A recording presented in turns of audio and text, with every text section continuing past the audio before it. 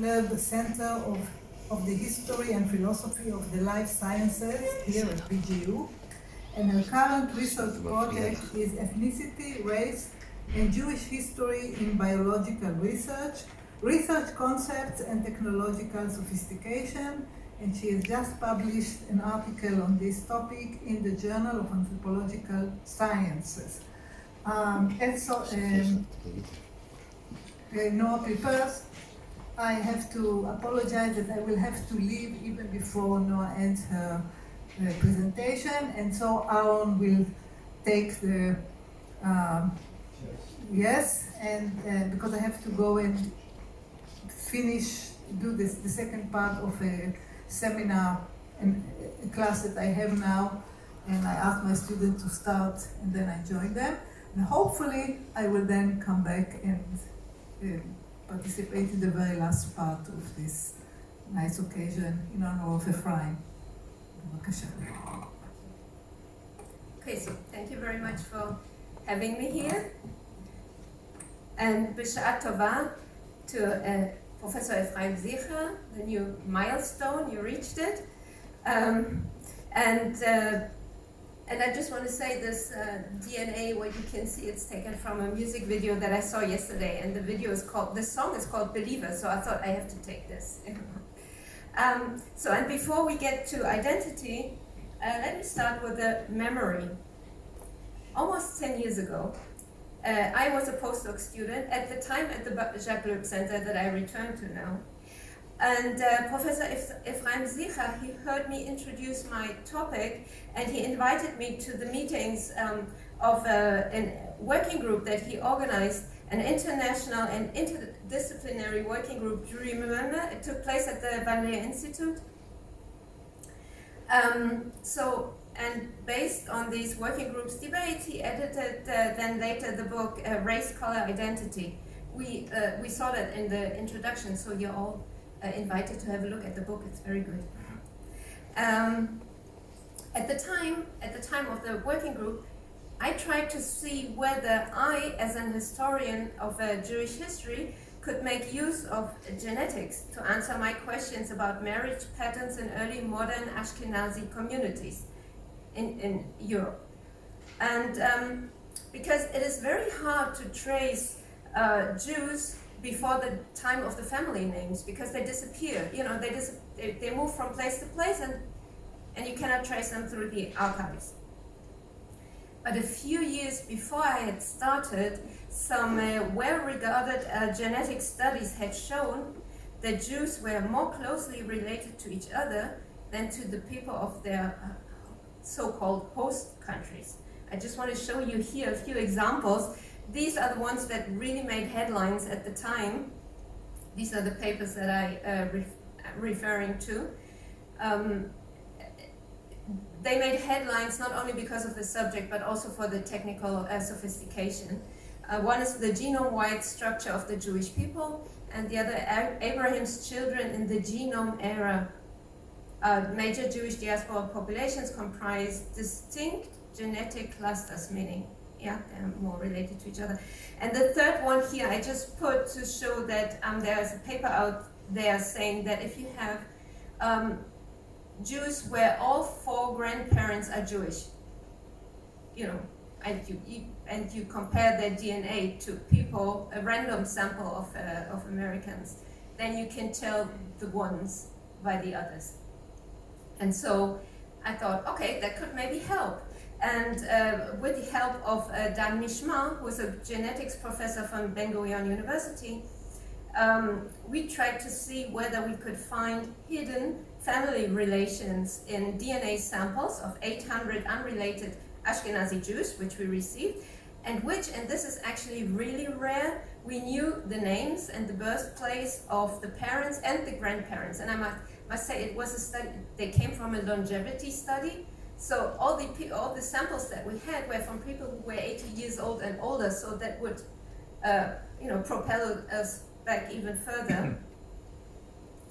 And so what we wanted to do is to see whether they really share common ancestry in the past without them knowing, being related. And then with the help of genealogical records contextualized historically. Where do these people come from? And therefore, we only use the samples from the Y chromosomes, because that is passed down. Family names are passed down the male line. So it still left us with some approximately 500 samples. And to our very great surprise, none of the samples matched. And the way we had read the papers, this shouldn't have happened, I mean, obviously. And at that stage, I couldn't go on with that research question. But I had gained many more new questions. And there is, of course, the irreproducibility of scientific research results, which have been, especially in the last few years, a hotly debated topic, especially in the exact and the social sciences. But I'm not implying here that all those studies that I'm just showing here and all the others, that they shouldn't be trusted when it comes to the exactness or the validity of their results.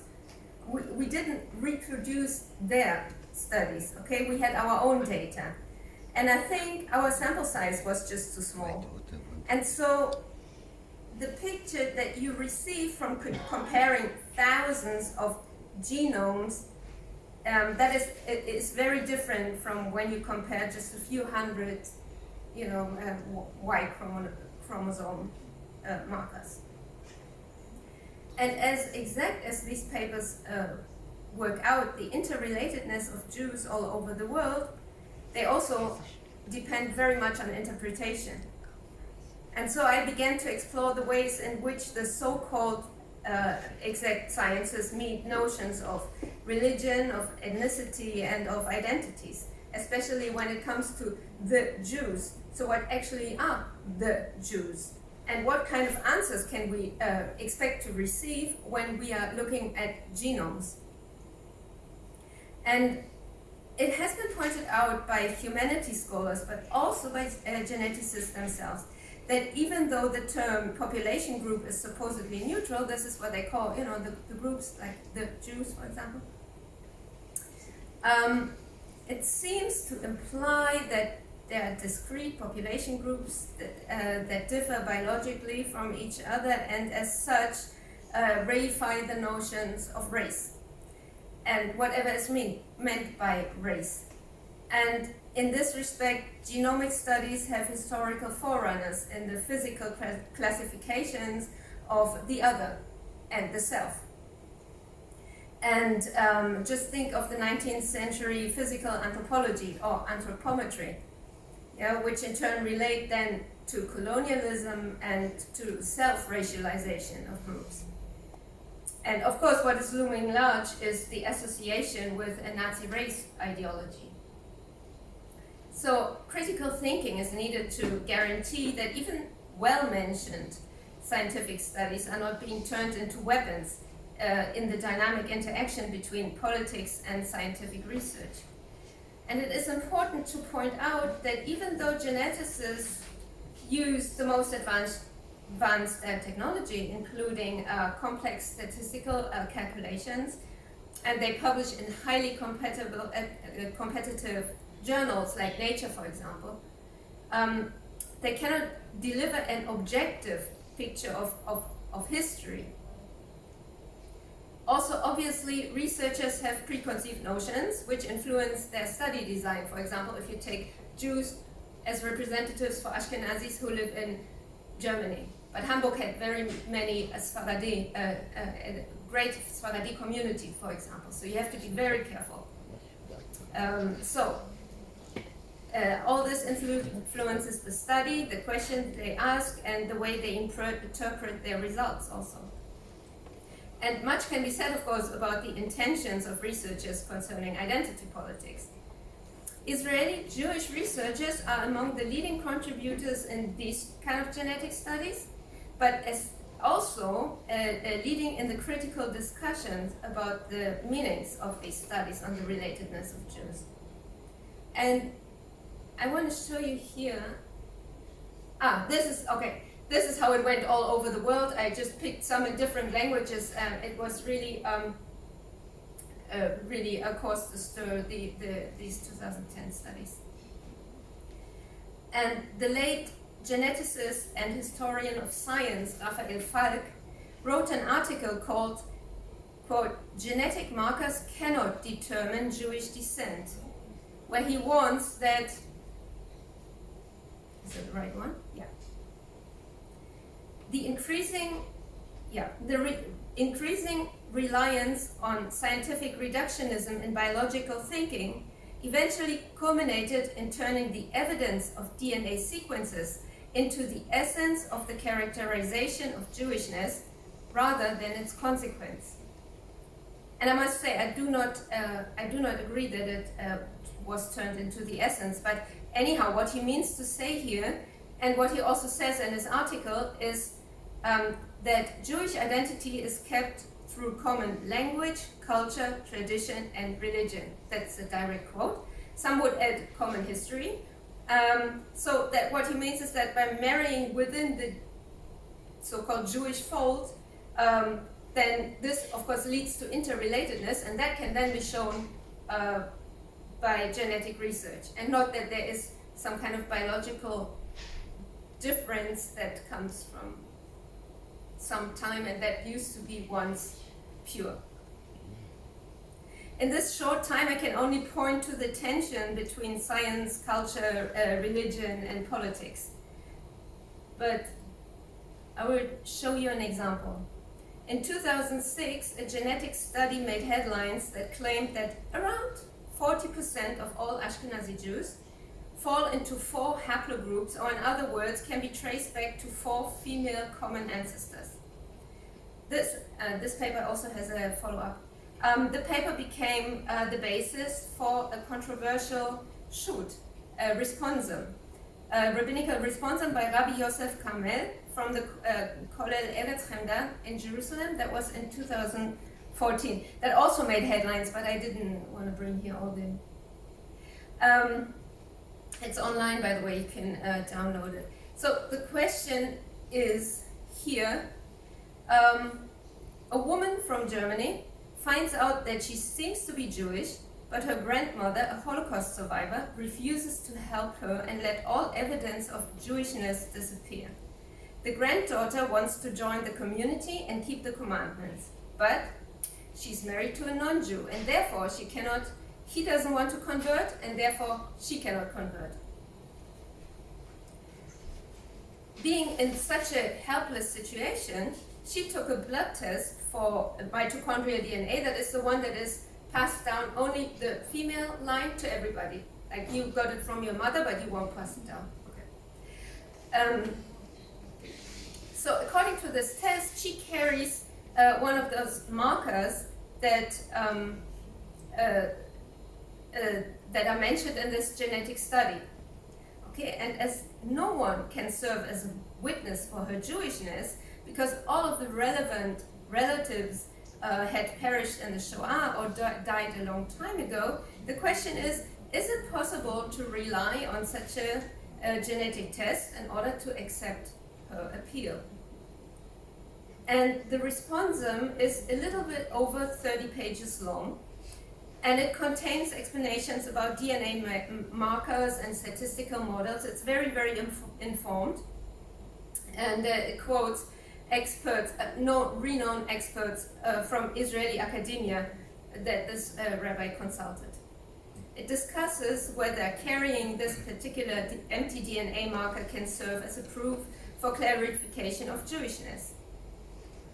Such marker or genetic signature wouldn't constitute an unambiguous sign, siman muvhak it's called, of Jewishness, as like, for example, DNA of a DNA comparison between a mother and a son would be. You know, you can prove that the son is the son of the mother.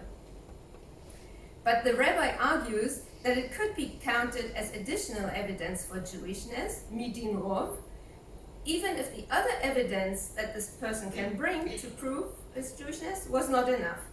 For example, if the family of that woman comes from an area where many Jews lived before the Shoah, and she carries this genetic signature, then it is more likely than not that her maternal ancestor was Jewish. I mean, there are a lot more things in this, but this is the main point that I need here. Rav Kamel calls on the Israeli rabbinate to accept DNA evidence in combination with other pieces of evidence, and he writes, quote, "We therefore demand that Israel's chief rabbinate works together with the Israeli government to enable new immigrants from the former Soviet Union," because this is what it mostly applies to be able to prove their Jewishness, to enable them to take an empty DNA blood test, the one that shows the maternal side, according to their will and choice. And at the same time, a team of Dayanim should be set up to intensively study the topic and find out if there is a rov that can prove halachically that the Jewishness of the applicants. And which is, of course, not unimportant that most Jews, do not carry this marker because it is up to 40%. So that doesn't mean that the person would not be Jewish. And so that this test cannot put anybody as a disadvantage, right?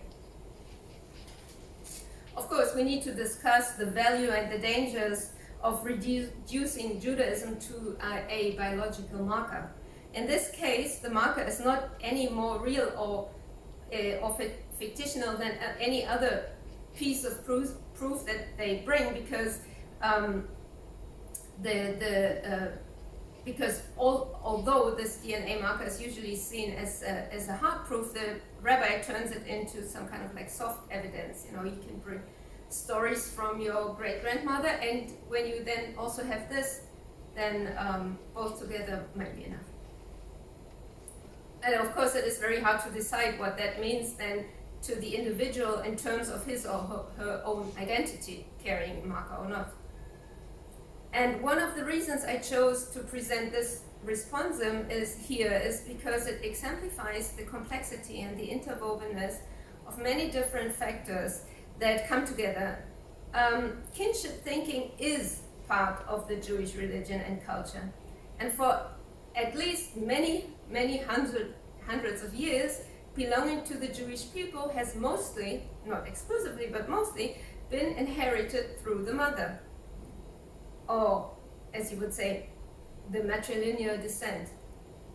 Or, for example, being a Cohen or a Levi would be, by patrilineal descent. But kinship thinking turns into biological thinking in this DNA studies, and this is where I think Raphael Falk's cautiousness comes from. And geneticists' tools are very, very, very valuable in gleaning information. When we think of, for example, dating human remains or animal remains, or comparing ancient DNAs and today's genomes and so on. But then, based on those findings, the researcher starts to build his theory. And as historians gather data and information to construct an overall story, you could say, and we historians are in turn also children of our time and influenced by our viewpoints if we want it or not, even if we try very much not to. So too do geneticists produce stories about the past that are not necessarily more accurate, okay? And the way in which Jewish history and kinship is presented always also says something about the researchers themselves. Anyhow, that was my first postdoc,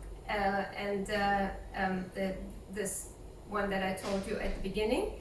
And the second postdoc I did with Efraim Sicher, and I was involved in the research, the topic of the Jewish daughter, and